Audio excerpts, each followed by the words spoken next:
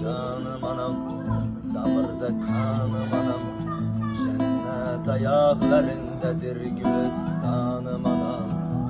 Sensiz dostuma sürek Allah ayırmasın, giderim zulmet ile geçer sensiz anım. Canım anam, damarda kanım anam, cennet ayaklarındadır gülistanım anam. Sensiz dostuma sürek Allah ayırmasın, giderin zulmet ile geçer sensiz anım anam. Şöhretin şanım anam, anam aslanım anam. Ne kadar tikanlar bitip bile gülşenlerinde, sanki bir umre fida eylemişen ovladine. Ne kadar azap izlanıp saçının dillerinde. En güzel hanım anam, anam aslanım anam.